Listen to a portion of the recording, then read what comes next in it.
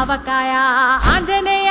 కథ మొదలెట్టినాడు చూడరయ్యా శక్తినంతా చూడగట్టి చెట్టు దులిపినాడు అంజయ్య ఎర్ర ఛాయ కోతి అవతార వెంటమాయ కత్తి సేత పట్టకుండా కాయ కోసినాడు కపిలయ్య